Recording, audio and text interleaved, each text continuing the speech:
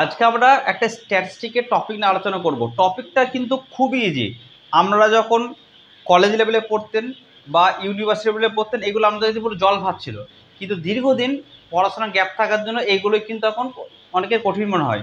তাই আমি comment box যখন পড়ছিলাম তখন অনেকে রিকোয়েস্ট করেছিলেন যে স্যার যদি প্র্যাকটিক্যাল পার্টটা একটু ভালো করে ক্যালকুলেশনগুলো দেখিয়ে দিতেন। তাই আজকে আমি খুবই সহজ জিনিস, যেটা আপনারা খুবই সহজে পারবেন, জাস্ট সেটাকে রিভাইজ দেওয়ার জন্য করছি। ঠিক আছে, চলুন স্টার্ট করা যাক তাহলে। এখানে কি একটা দিয়েছে 10টা শহরের বার্ষিক বৃষ্টিপাত দিয়েছে সেন্টিমিটারে। ওকে, 75, 80, 75, 90, 85, 80, 90, 75, 80, 85, এটাকে আমরা কি বলবো? র ডাটা। কি বলবো? র ডাটা।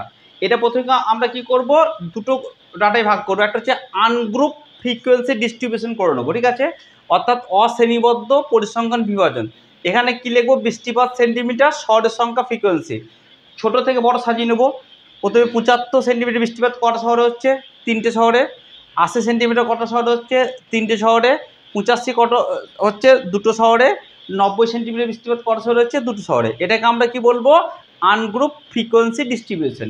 এবার এটাকে যখন আমি গ্রুপ ফ্রিকোয়েন্সি ডিস্ট্রিবিউশন করব, তখন একটা নির্দিষ্ট হিসাবে আমরা ভাগ করব। যেমন 70 থেকে 79 সেন্টিমিটার বৃষ্টিপাত কটা শহরে হচ্ছে? 3টে। 80 থেকে 89 কটা শহরে হচ্ছে? 5টা। 90 থেকে 99 সেন্টিমিটার বৃষ্টিপাত কটা হচ্ছে? 2টো।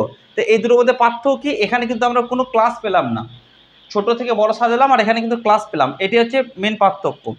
এরপরে এই ডাটা থেকে আমরা রেঞ্জ বার করবো। রেঞ্জ আমরা কি করে বার করবো? Maximum value minus minimum value. তাহলে এখানে ম্যাক্সিমাম বৃষ্টিপাত কত? 90 সেন্টিমিটার। মিনিমাম কত? 75 সেন্টিমিটার। অর্থাৎ রেঞ্জ কত হচ্ছে? 15 সেন্টিমিটার।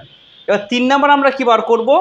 এই যে আমরা গ্রুপ ফ্রিকোয়েন্সি ডিস্ট্রিবিউশন করলাম, এটা দুটো মেথড, একটা হচ্ছে এক্সক্লুসিভ মেথড আর একটা হচ্ছে ইনক্লুসিভ মেথড। ঠিক আছে, চলুন দুটো দেখে নিই।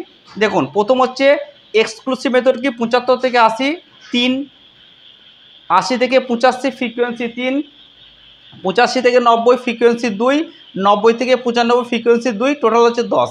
ইনক্লুসিভে কি হবে? 75 থেকে 79 3, 80 থেকে 84 3, 85 থেকে 89 2, 90 থেকে 94 2। এদের মধ্যে পার্থক্য দেখুন, এখানে 75 থেকে 80, 80তে শেষ, শুরুটা আবার 80 থেকে হচ্ছে। আবার দেখুন 85 শেষ, শুরুটা কিন্তু 85তে হচ্ছে। অর্থাৎ এখানে কিন্তু কোনো গ্যাপ নাই। তখন সেটাকে আমরা কী বলবো? Exclusive method. ওকে, অর্থাৎ এখানে শুধুমাত্র কি হচ্ছে? এই নিচেরটাকে ধরা হচ্ছে। ইনক্লুসিভটা কি হচ্ছে? দেখুন 75 থেকে 89 শুরু যখন হচ্ছে, মাঝখানে কিন্তু এক গ্যাপ থেকে যাচ্ছে। 80 থেকে শুরু হচ্ছে, 80 থেকে 84 আবার দেখুন শুরু হচ্ছে কত? আবার মাঝখানে কিন্তু এক গ্যাপ থেকে যাচ্ছে। এটাকে আমরা কি বলবো? Inclusive method. ওকে, অর্থাৎ এটা সংক্ষেপে মনে আমরা কি রাখবো? ইন মানে কি? ভেতরে। এই দুটো রেঞ্জের ভেতরে দেখুন এক করে কিন্তু ঢুকে আছে, তাই এটাকে আমরা কি করবো? ইনক্লুসিভ মেথড মনে রাখবো। দুটোর মধ্যে আশা করছি পার্থক্য বুঝতে পেরেছেন। তো এখান থেকে আমরা কি করব? দুটোকে আমরা ধরবো, 75 থেকে 89, 80 থেকে 84। এখানে এই 75 থেকে 79 যেটা, এটাকে আমরা কি বলবো? Class limit. এটাকে আমরা কি বলবো? Class limit. ঠিক আছে, তাহলে ইনক্লুসিভের যে একটা ক্লাস, সেটাকে আমি যখন ধরবো তখন এই টোটালটাকে আমরা কি বলবো? Class limit. এবার এটার মধ্যে সব থেকে ছোট হচ্ছে 75, তাই এটাকে আমরা কি বলবো? Lower class limit. এবার সব থেকে বড় হচ্ছে কত? 79, তাই এটাকে আমরা কি বলবো? Upper class limit. এরপরে এর মাঝখানে দেখুন 80 থেকে 84 মানে মাঝখানে এক ঢুকে আছে, তাহলে এই ক্লাস লিমিট থেকে ওই একটাকে আমরা কি করব? দুই ভাগে ডিস্ট্রিবিউট করে দেবো। অর্থাৎ লোয়ার ক্লাস লিমিট এবং আপার ক্লাস লিমিটের মধ্যে ডিস্ট্রিবিউট করে দেবো। তখন সেটা আমরা কি হবো? ক্লাস লিমিট থেকে আমরা পেয়ে যাবো ক্লাস বাউন্ডারি।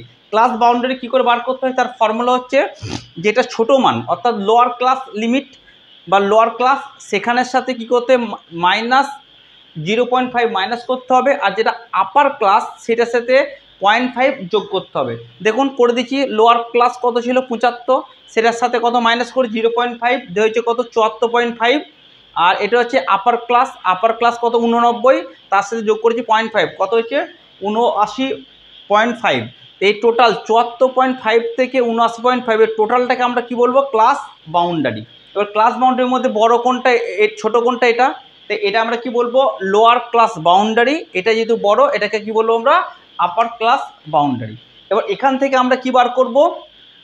মিড পয়েন্ট বা মিড ভ্যালু বা ক্লাস মার্ক। এটা কীভাবে বার করতে হয়?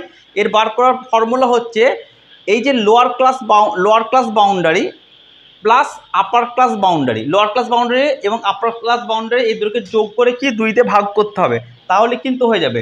লোয়ার ক্লাস বাউন্ডারি কত আছে 74.5, আপার ক্লাস কত আছে 79.5 বাই 2, দুটোকে যোগ করলে হচ্ছে 154/2, টোটাল হচ্ছে 77। তাহলে কী হবে, মিড পয়েন্ট বা মিড ভ্যালু কত হবে 77। এরপর থেকে এখান থেকে আরেকটা ফর্মুলা আমরা কী শিখে নেব, ক্লাস উইথ বার করা বা ক্লাস সাইজ বার করা বা ক্লাস ইন্টারভ্যাল বার করা। ক্লাস উইথ বা ক্লাস ইন্টারভ্যাল বার করার নিয়ম কি, upper class boundary minus lower class boundary. Upper class boundary কত আছে 79.5, লোয়ার ক্লাস কত 74.5, দুটোকে মাইনাস করলে পেয়ে গেলাম 5। এই 5 হচ্ছে ক্লাস উইথ বা ক্লাস সাইজ বা ক্লাস ইন্টারভ্যাল। এখান থেকে আরেকটা কি শিখে নেব 9 নম্বর, পার্সেন্টেজ ফ্রিকোয়েন্সি। পার্সেন্টেজ ফ্রিকোয়েন্সির ফর্মুলা হচ্ছে class frequency by total frequency into 100। চলুন দেখা যাক, এখানে ক্লাস ফ্রিকোয়েন্সি কত আছে 3 বসিয়ে দিয়েছি। আচ্ছা, টোটাল ফ্রিকোয়েন্সি এগুলো সব যোগ করবো, 3 আর 3 6 আর 2 8 আর 2 10, টোটাল ফ্রিকোয়েন্সি হচ্ছে 10, তার সাথে কত গুণ করবো 100, 3/10/100 হলে 30। তাহলে পার্সেন্টেজ ফ্রিকোয়েন্সি কত হচ্ছে 30।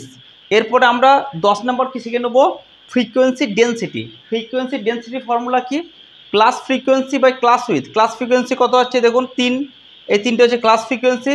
ক্লাস উইথ কত আমি আগেই পেয়ে গেছি, ক্লাস উইথ কত 5, 3/5 করলে কত হচ্ছে 0.6। তাহলে এখান থেকে আমরা কি পেয়ে গেলাম, ক্লাস ফ্রিকোয়েন্সি ডেন্সিটি পেয়ে গেলাম।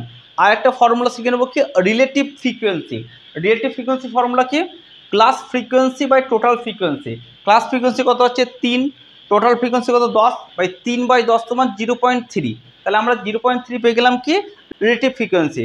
তাহলে আজকে এই টোটাল ভিডিও থেকে আমরা কি কি শিখলাম, এক হচ্ছে আনগ্রুপ ফ্রিকোয়েন্সি ডিস্ট্রিবিউশন, 2 নম্বর হচ্ছে গ্রুপ ফ্রিকোয়েন্সি ডিস্ট্রিবিউশন, 3 নম্বর রেঞ্জ, 4 নম্বর হচ্ছে এক্সক্লুসিভ মেথড, ইনক্লুসিভ মেথড। তারপর কি শিখলাম class limit, lower class limit, upper class limit. তারপর কি শিখলাম class boundary, lower class boundary, upper class boundary. তারপর কি শিখলাম মিড পয়েন্ট বা মিড ভ্যালু বা ক্লাস মার্ক। তারপর কি শিখলাম ক্লাস উইথ, ক্লাস সাইজ বা ক্লাস ইন্টারভেল। তারপর আমরা কি শিখলাম পার্সেন্টেজ ফ্রিকোয়েন্সি। তারপরে 10 নম্বর শিখলাম ফ্রিকোয়েন্সি ডেন্সিটি। তারপর 11 নম্বর কি শিখলাম রিলেটিভ ফ্রিকোয়েন্সি। এই টোটাল এই বেসিকটা আমাদেরকে প্রথমে শিখে নিতে হবে। এর উপর বেস করে পরবর্তীকালে ভিডিও যেগুলো আসবে সেখানে আমরা শিখবো বাকি ক্যালকুলেশনগুলো আমরা কীভাবে করবো বা ড্রয়িংগুলো কী হবে। আশা করছি এই ভিডিওটা আমাদের জন্য খুব হেল্পফুল হবে। এই ভিডিওটা কিন্তু খুব ইজি, আপনারাও পারবেন, কিন্তু যেহেতু দীর্ঘদিন আমরা পড়াশোনার মধ্যে নেই তাই এটা আপনাদের একটু অসুবিধা হয়, তার জন্য ভিডিওটাকে করা। Thank you.